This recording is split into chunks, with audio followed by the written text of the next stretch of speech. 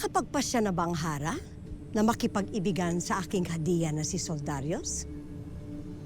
Ipagpaumanhin ninyo akong lahat. Ngunit tinatanggihan ko ang inyong mungkahi. Isang napakalaking pagkakamaling pagtanggi mo, Hara Armea. Walang dahilan upang tanggihan mo si Soldarius. Tama. Wala nga. Si Soldarius lang ang nakakahigit sa lahat ng binatang sa Pirian. Kaya hindi ko nakikita ang dahilan kung bakit kailangan mo siya tanggihan. Liban lang kung ang ibig mo lamang ipahiya ang buong konseho. Tama. Masagam. Naniniwala ako. Magsitahimik kayong lahat!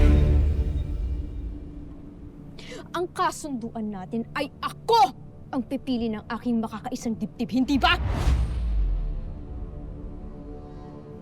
Kaya bakit kayong nagagalit? Kayong wala naman akong nilalabag na batas.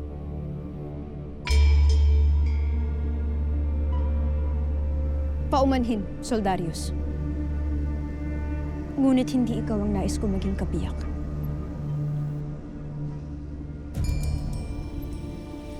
Naintindihan ko, mahal na Hara.